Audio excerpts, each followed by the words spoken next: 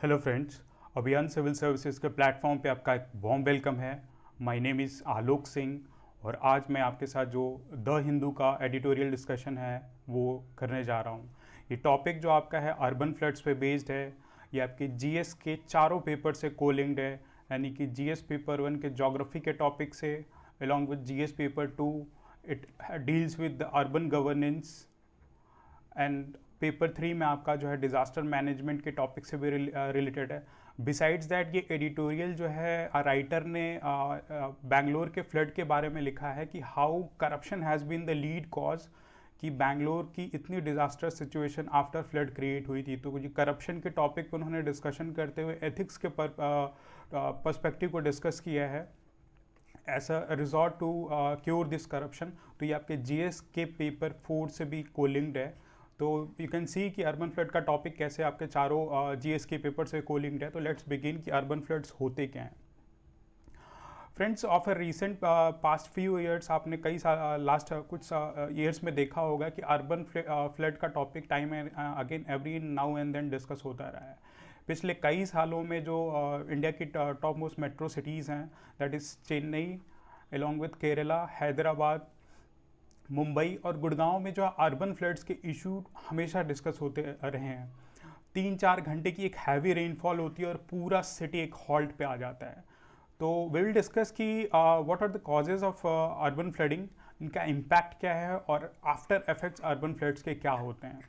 ये टॉपिक हम इसलिए डिस्कस कर रहे हैं कि of a recent during monsoon period Bangalore में काफ़ी फ्लड लाइक सिचुएशन हो गई थी। तो आपने देखा था 2-3 दिन तक जो है कंटिन्यूस रेन हुई, जिसकी वजह से सिटी में पूरा जो है पानी क्लॉग हो गया था। और उसका इम्पैक्ट ये रहा था कि इवन रिच जो एलाइट सिटीजन्स ऑफ जो एलाइट रेजिडेंट्स ऑफ बैंगलोर हैं, उनके भी घरों में जो है फ्लड का पानी काफ़ी बढ़ गया था। तो आपने देखा होगा उनको रिहेबिलिटेट करने के लिए, रीलोकेट करने के लिए उनको ट्रैक्टर पे बिठा के मूव किया जा रहा था। इतना मतलब कैटास्ट्रॉफिक सिचुएशन था। Up to the first floor of the houses जो है ये पानी चला गया था। तो फ्रेंड्स, देखते हैं कि अर्बन फ्लड होता क्या है। एक सडन हैवी रेनफॉल की वजह से जो एक डेंसली पॉपुलेटेड एरिया है, वहाँ का जो ड्रेनेज सिस्टम है उसकी कैपेसिटी जो है ओवरवेल्म हो जाती है। यानी कि आउट ऑफ नोवेयर अगर 3-4 घंटे की हैवी रेनफॉल अगर किसी सिटी में हो जाए और वो एरिया डेंसली पॉपुलेटेड है, तो पूरे सिटी में जो है पानी का जो है स्टैग्नेशन हो जाता है, जिसकी वजह से जो है फ्लडिंग लाइक सिचुएशन क्रिएट होती है। और ये जो इशू है ये आपकी लैंडेड प्रॉपर्टीज़ और जो भी इन्वायरमेंट है उसमें जो है काफ़ी वे में डैमेज क्रिएट करता है। तो this is all about urban flood. इसका इंट्रोडक्शन आप देख लो। Urban flood is defined as inundation of land और property in a built environment, particularly in a more densely populated area, that is cities, caused by heavy rainfall overwhelming the capacity of a drainage system. तो ये introductory part है। If you are ask कि urban floods क्या होते हैं, तो make sure you approach your answer with this कि what are urban floods. क्योंकि ये टॉपिक जो है बैंगलोर के अर्बन फ्लड से रिलेटेड है, तो हम इसको जो है एक केस स्टडी अप्रोच में डील करेंगे कि बैंगलोर में ही ऐसी डिजास्टर सिचुएशन क्यों अप्रोच हुई। और माइंड यू कि अगर किसी का ज्योग्राफी ऑप्शनल है तो ये एक बहुत ही सूटेबल टॉपिक है उनके मेंस के लिए। They can use this case study approach to write their answer. तो बैंगलोर की हम सबसे पहले ज्योग्राफी डिस्कस करते हैं। बैंगलोर जो है एक रिज पे सिचुएटेड है। इनिशियली जो सिटी था, ridge is like a landmark that is plain से जो है थोड़ा अप ऐसे एलिवेटेड प्लेटफॉर्म पे। तो जो आपकी बैंगलोर सिटी है वो इस रिज पे बेस्ड थी एट अ हायर लेवल।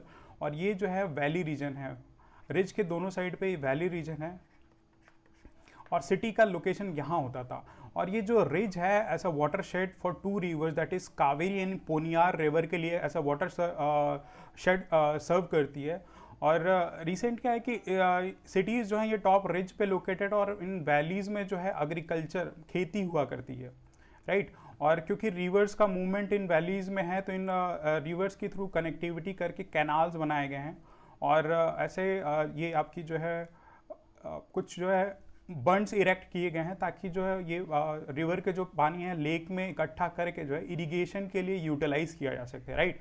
तो ये वैलीज़ में आप देख सकते हो कि कैनाल्स का लोकेशन है, पॉन्ड्स हैं, कुछ वेटलैंड्स हैं, बैंगलोर के जो नियर बाई विसिनिटी में इनका लोकेशन हुआ करता था। बट हुआ क्या कि बैंगलोर में इकोनॉमिक एक्टिविटी बढ़ने की वजह से पोस्ट लिबरलाइजेशन यहाँ पे बहुत सारी कंपनीज आके जो है स्टैब्लिश की गई, इसीलिए बैंगलोर को सिलिकॉन वैली ऑफ इंडिया भी कहा जाता है, राइट।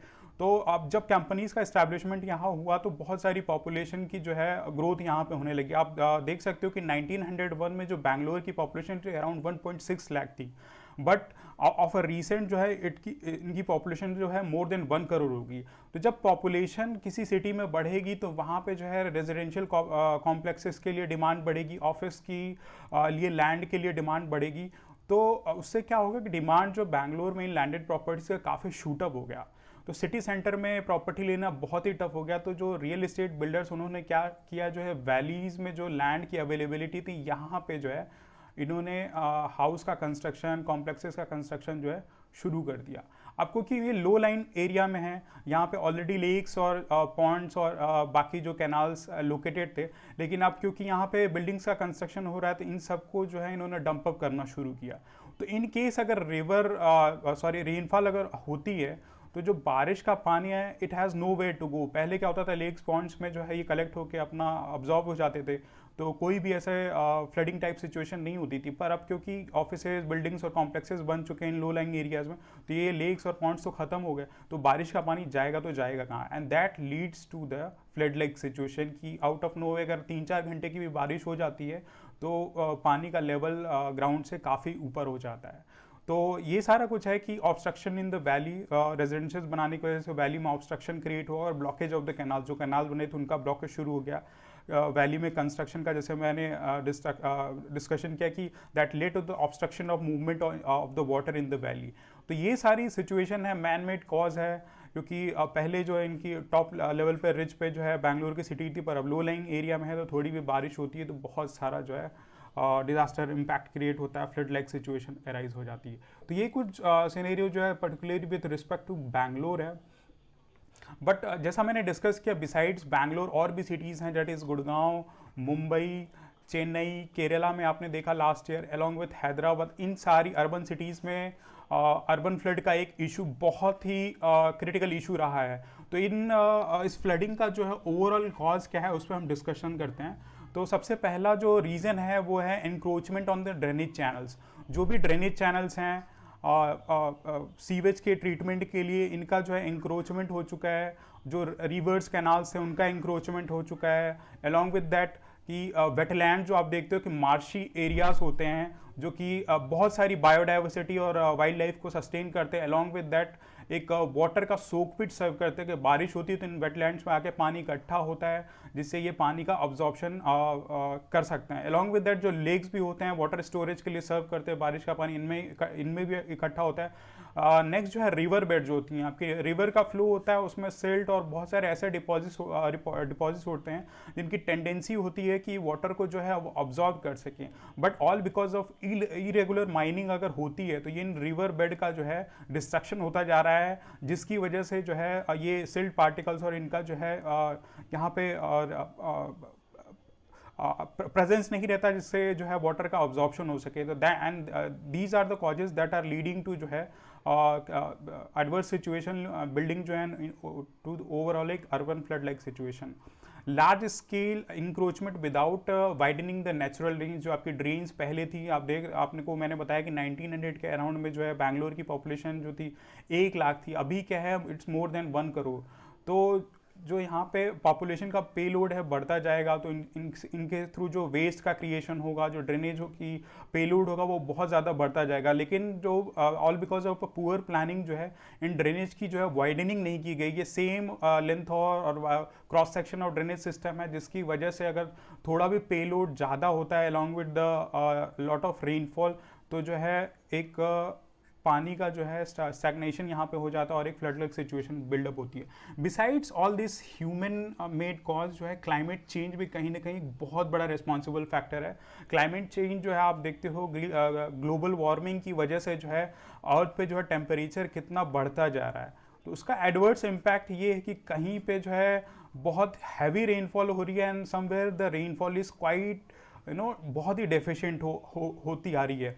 पहले क्या होता था, एक इवन रेनफॉल होती थी, हर जगह पे थोड़ा थोड़ा बारिश होता था, जिसकी वजह से वेजिटेशन और सस्टेनेबल एक डेवलपमेंट रहती थी। लेकिन अब जो है ग्लोबल वार्मिंग की वजह से एडवर्स सिचुएशन हो चुकी है, जिसकी वजह से शॉर्ट ड्यूरेशन रेनफॉल यानी कि 3-4 घंटे के टाइम पीरियड पे हैवी रेनफॉल होती है, राइट। तो जो भी बिल्डअप इंफ्रास्ट्रक्चर है उनकी कैपेसिटी इतनी नहीं होती कि सडन पेस पे जो है इन सारे पेलोड को पानी का जो मूवमेंट कर सके, और जिसकी वजह से काफ़ी प्रॉब्लम क्रिएट होती है। नेक्स्ट जो आपका एक टॉपिक अर्बन हीट आइलैंड, ये बहुत ही इंपॉर्टेंट टॉपिक है।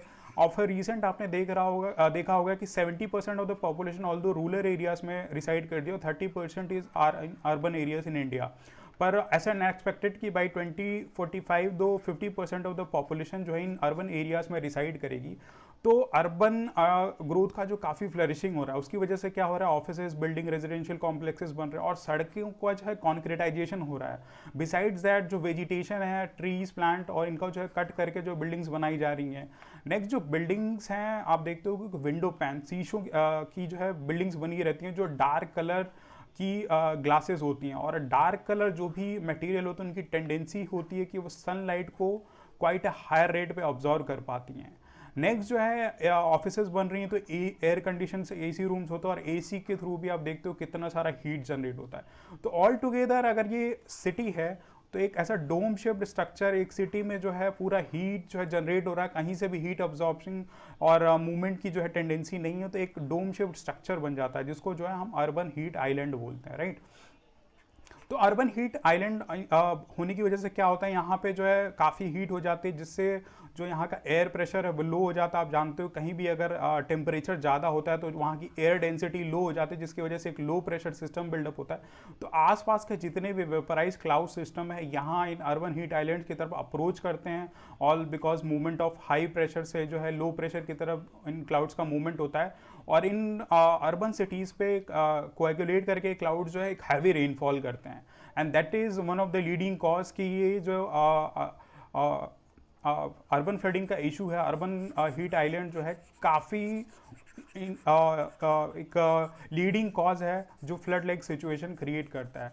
बिसाइड्स दैट जो इन सिटीज़ का डेवलपमेंट है वो अनप्लान्ड तरीके से किया जा रहा है, काफ़ी पॉपुलेशन जो है अनप्लान्ड तरीके से जिन भी सिटीज़ की कैरिंग कैपेसिटी उसको ब्रीच अप करके जो वहाँ पे पॉपुलेशन को डेवलप किया जा रहा है। और सिटीज़ कहीं ना कहीं एक टूरिस्ट डेस्टिनेशन का जो है टूरिस्ट सेंटर का जो है एक डेस्टिनेशन सर्व करती हैं, राइट। जैसे अब केरला का एग्जांपल ले लो, वहाँ बहुत सारे लेक्स हैं जो एक टूरिस्ट डेस्टिनेशन का अट्रैक्शन सेंटर है, पर टूरिस्ट जब भी आते हैं तो अनसस्टेनेबल एक्टिविटीज़ करते हैं, बहुत सारी कोल्ड ड्रिंक का कंजम्पशन, तो प्लास्टिक केन जो होती है उनको जो नोवेयर वो इधर उधर फेंक देते हैं, चिप्स के पैकेट्स खा रहे हैं उनको फेंक देते हैं, जिसकी वजह से क्या होता है जो भी बिल्डअप इंफ्रास्ट्रक्चर है ड्रेनेज सिस्टम में ये जाता है और जाके ड्रेनेज को क्लॉग कर देता है। तो पानी का मूवमेंट नहीं होगा तो क्या होगा, ये जो ड्रेन्स का जो भी पानी है वो बाहर की तरफ फ्लो करेगा और एक नेगेटिव इम्पैक्ट क्रिएट करता है।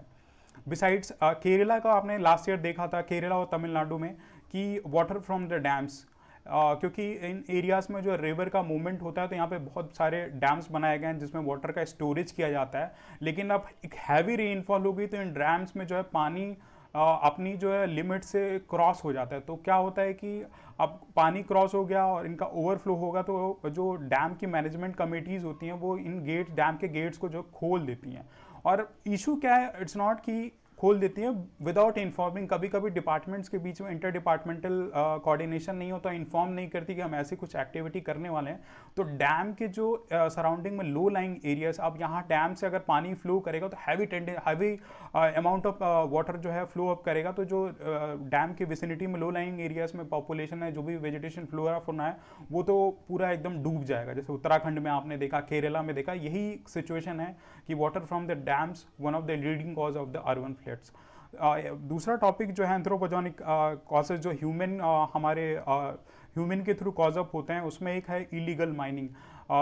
जब भी कभी इलीगल माइनिंग होती है तो उन प्रोजेक्ट्स के अराउंडिंग में जो प्रॉपर इन्वायरमेंट इम्पैक्ट असेसमेंट नहीं होता। तो अगर माइनिंग की जा रही है तो सराउंडिंग एरिया में क्या एडवर्स इम्पैक्ट क्रिएट होगा इसकी कोई भी अंडरस्टैंडिंग नहीं होती है, जिसकी वजह से जो वहाँ का फ्लोरा एंड फौना इम्पैक्ट होता है। और इन टोटलिटी जो है वहाँ के क्लाइमेट को एडवर्सली इम्पैक्ट करता है। नेक्स्ट टॉपिक जो है natural beds of the reverse. मैंने बताया था कि नदी है, वहाँ पे सिल्ट का जो डिपोजिशन होता है, जो water absorbing tendency in silt particles ही होती है, पर इनकी जो है अनसस्टेनेबल माइनिंग होती है, रिवर बेड का इंक्रोचमेंट होता है, ये सारा कुछ जो कैरी हटा दिया जाता है रिवर बेड से, तो पानी अब्जॉर्बिंग की जो कैपेसिटी होती है इनकी ख़त्म हो जाती है। ठीक है, तो जो अगर हैवी रेनफॉल हुई और वाटर का अब्जॉर्प्शन ओवरफ्लो होता है तो नियर बाई सिटीज़ में फ्लड लाइक सिचुएशन होगी ही होगी। नेक्स्ट आपका जो है lack of green vegetation. Trees जो होती हैं सिटीज़ में प्लांट की जाती हैं, उनके रूट जो होते हैं ऐसा वाटर ऑब्जॉर्बर सर्व करते हैं, पानी को होल्ड अप करते हैं, बिसाइड जो सॉइल होते हैं उनको भी बाइंड अप करके रख देते हैं। अगर ये वेजिटेशंस ही नहीं रहेंगे तो एक जो one of the leading cause है इन वाटर को होल्ड अप करने का वो नहीं होगा, तो कहीं ना कहीं ये पानी जो है सरफेस पर रन ऑफ ही करेगा और एक फ्लड लाइक सिचुएशन बिल्डअप होगी। सॉइल इरोजन भी one of the leading factors है। Besides that concretisation along with the clog drainage system. Cities में जो आप पेवमेंट बना देते हो, इनिशियली क्या होता था कि जो सिटीज़ का एरिया है बहुत सारा जो है बैरन होता था, यानी कि मिट्टी के जो सरफेस होते हैं वो काफ़ी ज़्यादा होते हैं, तो बारिश होती थी तो इन जो सॉइल सरफेस में पानी जो है अपना आराम से पर्कुलेट करके नीचे की तरफ कहीं एक नेचुरल कोर्स ऑफ एक्शन से बह जाता था। लेकिन क्योंकि कॉन्क्रीटाइजेशन किया जा रहा है, हर जगह सीमेंटेड रोड्स बन रही है, तो इन पानी का मूवमेंट कहीं ना कहीं ऑब्स्ट्रक्ट होता है, तो एक जगह पे पानी काफ़ी मात्रा में आउट ऑफ नोवेयर जो इकट्ठा हो जाते हैं, जो एक फ्लड लाइक सिचुएशन हो जाते हैं। दूसरा ड्रेनेज सिस्टम में जो है क्लॉगिंग हो जाती है, बहुत सारा वेस्ट मटेरियल हम जो ड्रेन्स में डालते हैं जिसकी वजह से पानी का फ्लो ऑब्स्ट्रक्ट होता है, तो बाहर की तरफ मूव अप करेगा, तो जो है फ्लडिंग की सिचुएशन अराइज होगी। नेक्स्ट जो है वाटर हार्वेस्टिंग टेक्निक्स। आप क्योंकि लेक्स पॉन्ड्स जो हैं या वेटलैंड जो होते थे एक नेचुरल वाटर हार्वेस्टर सर्व करते हैं जहाँ पानी इकट्ठा होता था, पर इन लेक्स पॉन्ड का जो इंक्रोचमेंट हो चुका है जिसकी वजह से वाटर हार्वेस्टिंग नहीं हो पा रही है, और जो बिल्डिंग्स बन भी रही होती हैं वहाँ से जो है पानी अगर बारिश का आ रहा है तो कोई ऐसा मैकेनिज्म नहीं बिल्डअप किया गया है जिसकी वजह से इन वाटर को जो है टेम्परेरी स्टोर किया जा सकता है। तो ये सारी कॉजेज़ हैं आपकी जो है अर्बन फ्लड के लिए बहुत ज़्यादा रिस्पॉन्सिबल हैं। अब इन अर्बन फ्लड्स का इम्पैक्ट क्या होता है, लेट्स सी। इतना कुछ तो कॉजेज़ हैं, लेकिन इन अर्बन फ्लड्स का इम्पैक्ट क्या होता है, तो बहुत ही कैटास्ट्रॉफिक एडवर्स इम्पैक्ट होता है। Loss of life and property. आप देखते हो कि बहुत सारे लोगों की डेथ हो जाती है, बिल्डिंग्स जो होती हैं वो कोलैप्स कर जाती हैं all because of heavy rainfall और फ्लडिंग। फिजिकल इंजरीज होती हैं, infection through water borne diseases. आपकी जो है मलेरिया, मॉस्किटो ब्रीडिंग के लिए वाटर स्टैग्नेटेड जो वाटर है, स्टैग्नेटेड वाटर जो है मॉस्किटो ब्रीडिंग के लिए कितना मतलब एक पॉजिटिव फैक्टर सर्व करता है, तो मलेरिया, प्लेग, टाइफाइड, कॉलरा, ये सारी बीमारी जो है इस फ्लड की वजह से आफ्टर इफेक्ट इनका होता है। एक सर्टेन टाइम के बाद जो पानी है वो इन सारी बीमारी को जो है ओरिजिन करता है। बिसाइड्स दैट बिल्डिंग्स का स्ट्रक्चरल डैमेज हो जाता है, क्रॉप्स होता है, खेती आपने की और बहुत सारा पानी लग गया, राइट, तो जो आपका क्रॉप होता है वो डैमेज हो जाता है क्योंकि सनलाइट मिल नहीं रही तो उनका फूड प्रोडक्शन नहीं होगा। जो प्लांट का पोर्शन है अंडर द वाटर वो कहीं ना कहीं जो है डेड हो जाता है, जिसकी वजह से रॉटिंग शुरू हो जाती है। रॉटिंग का मतलब जो है सड़ना, जो प्लांट होती है सड़ना शुरू हो जाती है, और अगर रॉटिंग शुरू हुई तो उन सड़े हुए प्लांट पर जो फंगल ग्रोथ मतलब फंजाई लग जाते हैं जिसकी वजह से इन्फेक्शन होता है और नियर बाई विसिनिटीज़ पे ये एपिडेमिक और पैंडेमिक टाइप सिचुएशन भी क्रिएट कर सकती है।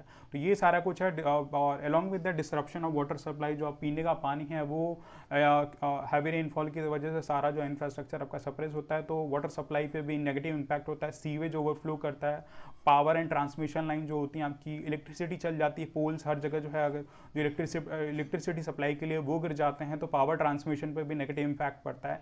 कम्युनिकेशन जो है आपका, रोड, रेल, टेलीफोन, ये सारा कुछ जो सप्रेस हो जाता है। देखते हो पर कि रेलवे ने जो ट्रैक्स हैं वो सबमर्ज हो जाते हैं, उनकी विजिबिलिटी नहीं हो जाती, ट्रेन रुक जाती हैं, बसेस रुक जाती हैं, तो सारा सिटी एट हॉल्ट हो जाता है।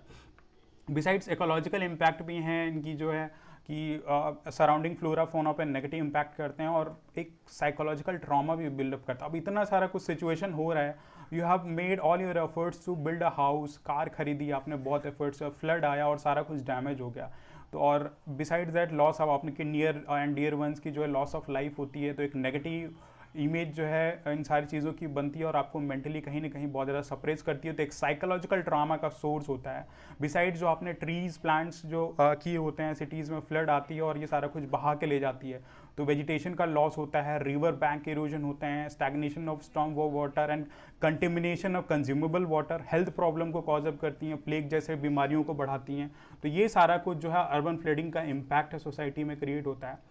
अब इन चीज़ों को जो है हैंडल करने के लिए, अर्बन फ्लड जैसी इशू को हैंडल करने के लिए क्या स्टेप्स लेने चाहिए। तो सबसे पहली जो रीज़न है कि क्योंकि पॉपुलेशन का जो बहुत ज़्यादा डेवलपमेंट ग्रोथ इन सिटीज़ में हो चुका है और बहुत ज़्यादा कंजेशन क्रिएट हो जाता है, क्योंकि all because of proper planning नहीं है। तो इन सिटीज़ को जो डी कंजेस्ट करना चाहिए, एक प्रॉपर प्लानिंग ज़रूरी है। सिटीज़ के विसिनिटी पे आप सैटेलाइट टाउन्स बनाओ, जैसे आप दिल्ली है तो उसके विसिनिटी पे आपने नोएडा बनाया, मुंबई है उसके विसिनिटी पे आपने पुणे बनाया। तो ऐसे सैटेलाइट टाउन्स बनाए ताकि पॉपुलेशन सिर्फ एक सिटी में ही नहीं, rather than even out distribution हो।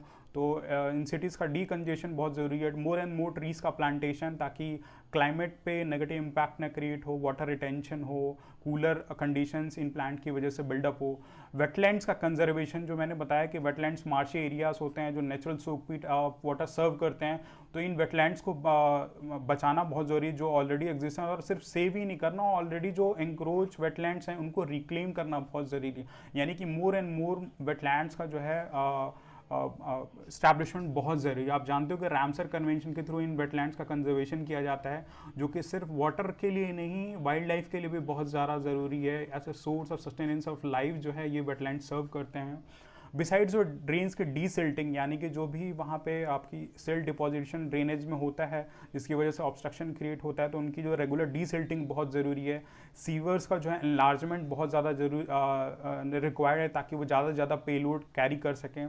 और जो पेमेंट्स हैं उनका डी कॉन्क्रीटाइजेशन, यानी कि अदर देन सीमेंट कुछ अल्टरनेटिव प्रॉपर सॉइलिंग की वजह से जो सॉइलिंग भी की जानी चाहिए, ताकि कुछ ओपन स्पेसेस ऐसे हों जहाँ पे वाटर अपने आप जो है परकोलेट कर सके, उनका मूवमेंट नेचुरली हो सके।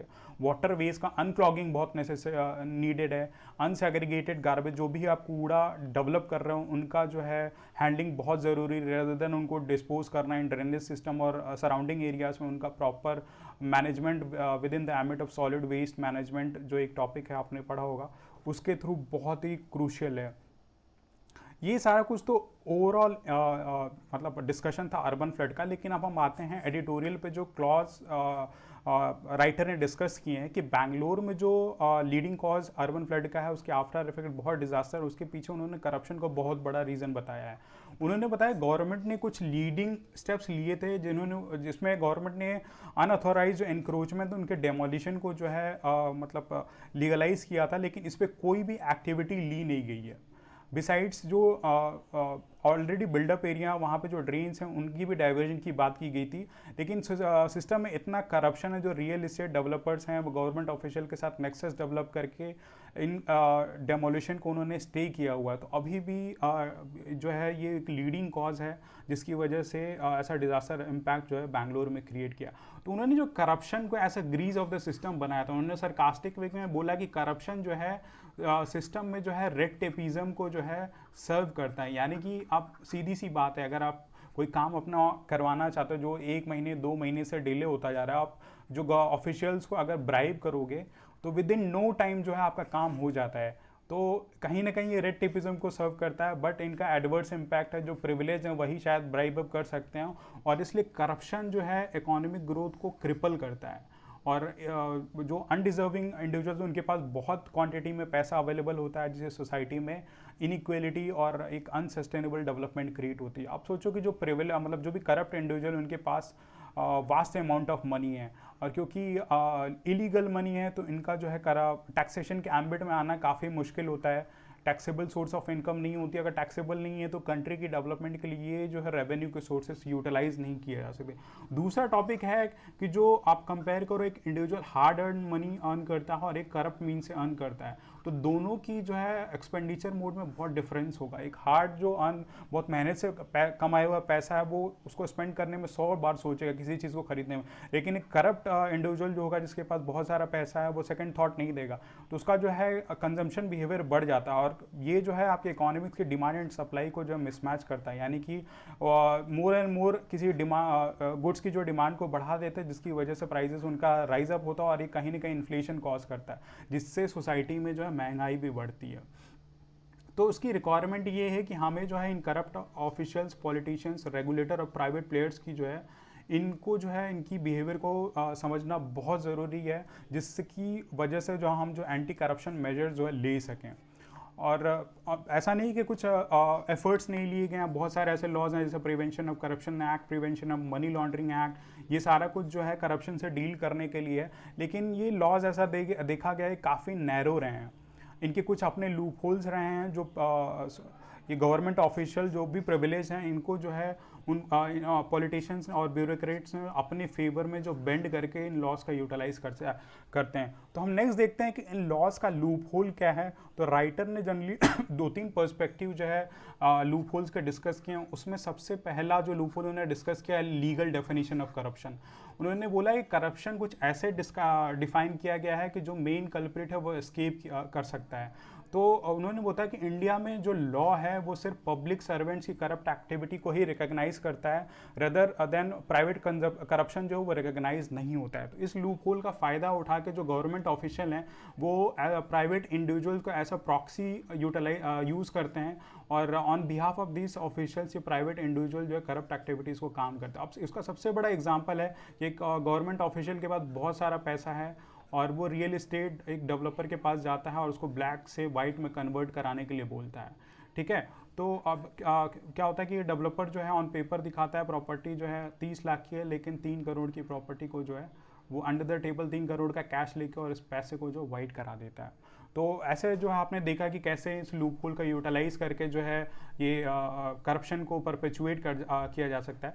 नेक्स्ट टॉपिक जो है आपका ई गवर्नेंस से रिलेटेड है। ई गवर्नेंस को लेके आया गया था ताकि सोसाइटी में गुड गवर्नेंस प्रमोट हो सके, लेकिन of a recent we have seen कि it has not been an effective solution. Good governance जो है काफ़ी इफेक्टिव नहीं रहा है और द जो करप्शन का मैंडेट है उसका कहीं ना कहीं लोकस शिफ्ट हुआ। यानी कि पहले अगर आईसीटी का यूज़ यानी कि इंफॉर्मेशन कम्युनिकेशन टेक्नोलॉजी का यूज़ नहीं होता तो एक इंडिविजुअल ए जो है इस करप्शन को करता था, लेकिन अब जो है शिफ्ट होके अब जो है ये इंडिविजुअल बी इस करप्शन को करता है। यानी कि लोकस बस चेंज हुआ है, करप्शन अभी भी मतलब सिस्टम में परपेचुएट कर रहा है। उसका सबसे बड़ा एग्जांपल जो उन्होंने दिया था वो लैंड रिकॉर्ड सिस्टम में। आप सोचो आपकी प्रॉपर्टी है, उसका बहुत सारा पेपर होता है, आपके एंसेस्टर्स की प्रॉपर्टी होगी, आपके नाम करनी है, तो बहुत सारे पेपर, बहुत सारे डिपार्टमेंट होते हैं। तो उसको गवर्नमेंट ने हैसल फ्री बनाने के लिए पेपरलेस सिस्टम लेके आया कि कंप्यूटर में सारा कुछ डाटा स्टोर्ड होगा। लेकिन ये भी जो है करप्शन से फ्री अप नहीं है। उसमें ये देखा गया है कि जिस भी इंडिविजुअल के पास डिजिटल सिग्नेचर यानी कि प्रॉपर्टी के डिजिटल सिग्नेचर होते हैं वो इस डाटा को मैनिपुलेट कर सकता है। तो जो भी प्रिविलेज मेंबर्स होंगे तो इन जो डिजिटल एंट्री ऑपरेटर्स को जो मैनिपुलेट करते हैं उनको ब्राइब अप करते हैं और ये डिजिटल सिग्नेचर के यूटिलाइजेशन के थ्रू जो ओनरशिप ऑफ द ये लैंड है वो कहीं ना कहीं दूसरे इंडिविजुअल को ट्रांसफ़र हो सकती है। तो ये आप देखते हो कि पहले जो था जो भी प्रॉपर्टी के डीलर्स होते तो उन पे होता था, लेकिन अब ये शिफ्ट होकर डाटा एंट्री ऑपरेटर्स हैं जो कंप्यूटर की हैंडलिंग कर रहे हैं, सिस्टम की हैंडलिंग कर रहे हैं, उनके ऊपर जो है लोकस शिफ्ट हो गया था and they are serving as a critical cog in the wheel, यानी कि they are the source of corruption, right. ये सारा कुछ तो हुआ, लेकिन अब जो रिक्वायरमेंट है क्या किया जाना चाहिए, what is the needed battle कि ये सारी समस्या जो ख़त्म हो सके। तो कुछ एंटी करप्शन स्ट्रैटेजीज़ का इम्प्लीमेंटेशन होना बहुत ज़रूरी है, जिनका जो तभी अचीव किए जा सकते हैं जब सारे फ्रेंड्स में हम जो एफर्ट डालें। और सबसे पहला जो इनिशिएटिव है वो रेगुलर असेसमेंट एंड इवोल्यूशन होना बहुत ज़रूरी। जो एंटी करप्शन मेजर्स लिए जाते हैं, जो भी सीबीआई, सीवीसी या बाकी इन्फोर्समेंट एजेंसीज एफर्ट ले रही हैं, तो उनका रेगुलर इवोल्यूशन और असेसमेंट बहुत ज़रूरी है, ताकि अगर एक तो मान लो वो प्रॉब्लम्स को टैकल अप कर ही रहे हैं, लेकिन उन्होंने अगर कोई लूप होल फाइंड अप किया कि ये फ्यूचर में इनका यूटिलाइज करके करप्शन किया जा सकता है, ठीक है, तो उनकी भी फ्लैगिंग होना बहुत ज़रूरी है ताकि कॉज होने से पहले उसको सप्रेस किया जा सके। यानी कि इन सम टोटलिटी जो थीम है prevention is better than cure. कोई सिचुएशन अराइज हो, नेगेटिव सिचुएशन, उससे पहले उसका क्योर होना बहुत ज़रूरी है। और अगर ऐसा हम सिस्टम बिल्डअप कर सकते हैं तो एक positive cycle of reform buildup हो सकती है, जिसकी वजह से करप्शन सप्रेस हो सकता है। दूसरा जो है कुछ हम लॉज लेके आए थे, राइट टू इन्फॉर्मेशन एक्ट, जिसकी वजह से ट्रांसपेरेंसी और गुड गवर्नेंस प्रमोट हो। पर जो भी आरटीआई एक्टिविस्ट हो, आपने देखा होगा कि सब्जेक्ट टू जो है क्रिटिसिज्म रहा है, इनकी लाइफ को काफ़ी थ्रेट रहा है, जिनको विसल ब्लोअर बोलते हैं, जो भी ऐसा कुछ करप्ट एक्टिविटीज़ को जो है पब्लिक लाइमलाइट में लेके आते हैं, तो उनका प्रोटेक्शन बहुत ज़रूरी है। आपने रिसेंट में देखा होगा कि वेस्ट बंगाल की जो स्टेट में जो है गवर्नमेंट सर्विसेज के रिक्रूटमेंट में एक स्कैम हुआ था। तो जो वहाँ के हाई कोर्ट के जज हैं, उन्होंने सेंट्रल गवर्नमेंट से अपील की थी कि आप जो है इस पर सीबीआई इन्वेस्टिगेशन इनिशिएट कीजिए, और उनके अगेंस्ट में जो है वेस्ट बंगाल की जो लोकल वो मतलब एलिट्स हैं वो काफ़ी इनको जो है थ्रेटन करना। बिसाइड्स अभी लास्ट मंथ में आपने देखा कि पटना के एक हाई कोर्ट के जज थे, मॉर्निंग वॉक पे जा रहे थे and he was killed by N auto, क्योंकि वो केस की इंपॉर्टेंट केस की हियरिंग कर रहे थे, उनका जो है डेथ हुआ। तो कैसे जो है विसल बोर्स की जो है लाइफ को जो है हमेशा थ्रेटन फील अप होता है, जिसकी वजह से ये जो भी हम लीगल मेजर्स लेते हैं वो प्रॉपरली जो है मतलब फंक्शन नहीं कर पाते, तो उनका जो है एक एडवर्स रिpercussion होता है। तो हमें रिक्वायर्ड ये है कि गवर्नमेंट को जो है इन विसल ब्लोअर्स की जो प्रोटेक्शन पे काम करना चाहिए, इनकी आइडेंटिटी को एनोनिमस रखना चाहिए और ड्यू सिक्योरिटी और ऐसा कुछ मेजर लेना चाहिए ताकि इनकी सेफ्टी पे कोई थ्रेट नहीं बिल्डअप हो सके। क्योंकि अगर एक कॉन्फिडेंट विसल ब्लोअर एक्ट लेके आया गया तो मोर एंड मोर करप्शन, जो ऐसी कोई भी करप्ट एक्टिविटीज़ हो रही हैं तो उनका जो है काफ़ी जो है सोसाइटी में उजागर किया जाएगा। More and more people would be motivated कि लेट द सिस्टम नो कि ऐसा कुछ जो है नेगेटिव एक्टिविटीज़ हो रही हैं। और जो भी गिल्ट हैं, जो भी करप्शन एक्टिविटीज़ के लिए रिस्पॉन्सिबल हैं, उनकी अगर जो है पनिशमेंट दिया जाता है, उन इंडिविजुअल्स को अगर पनिशमेंट दिया जाता है तो सोसाइटी में एक पॉजिटिव फेट बिल्डअप होता है कि जो भी गलत कर रहे हैं एक सेंस ऑफ फियर बिल्डअप होता है उन इंडिविजुअल्स में, तो कुछ ऐसी नेगेटिव एक्टिविटी नहीं करते। अब बिहार का एग्जांपल ले लो, फॉर्डर स्कैम का, जो वहाँ के टॉप मोस्ट लीडर हैं उनके अगेंस्ट में केस चल रहा है। तो अगर उनको जो है मतलब ऐसा कुछ एलिट्स के अगेंस्ट में अगर एक कोर्स ऑफ एक्शन लिया जाए, स्ट्रिक्ट कोर्स ऑफ एक्शन, तो पब्लिक में कितना कॉन्फिडेंस जनरेट होगा कि if you are doing something wrong then they are liable to be punish, right. अब ये सारा कुछ जो हुआ लीगल मेजर्स, ये तो एक्सटर्नल फैक्टर सर्व करता है। बाहर से आप एक कोर्जिव मेजर बिल्डअप करते हो, लोगों को रोकते हो कि no you should not do this all activities, पर जो इनर सेट ऑफ रिफॉर्म्स हैं, सोसाइटी के इनर सेट ऑफ रिफॉर्म्स हैं, उसमें जो है एथिकल बिहेवियर का जो है प्यूरिफिकेशन और अपलिफ्टमेंट बहुत ज़रूरी है।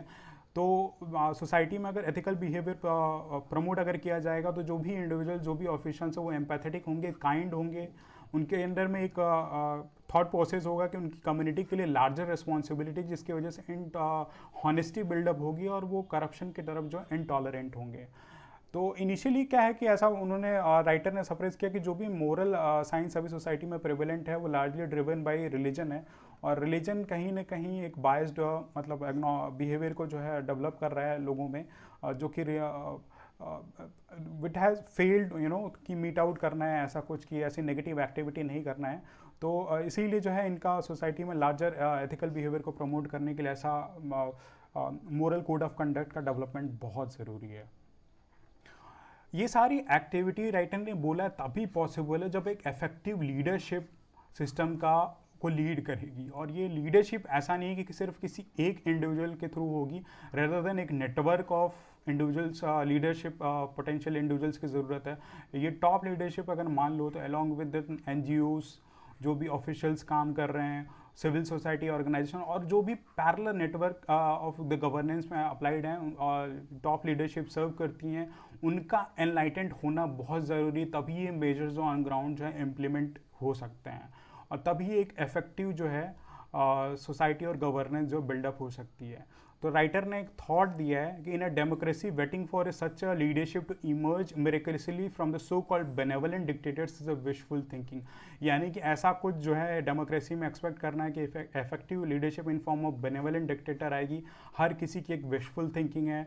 पर इस ऐसी लीडरशिप का इमर्जेंस जो है इट ऑल डिपेंड्स ऑन, यानी कि अगर हम राइट इंडिविजुअल्स को चूज़ करेंगे through our right to vote exercise, तभी जाके एक इफेक्टिव लीडरशिप आएगी और जो है सिस्टम को इफेक्टिव एंड एफिशिएंट बिल्डअप करेगी। तो ये सारा कुछ जो है आपका एडिटोरियल का डिस्कशन का पार्ट था। अब जो हम मेंस आंसर राइटिंग प्रैक्टिस की जो हमारा जो इनिशिएटिव चल रहा है, उसमें एक आपका सबसे पहला क्वेश्चन जो है दैट इज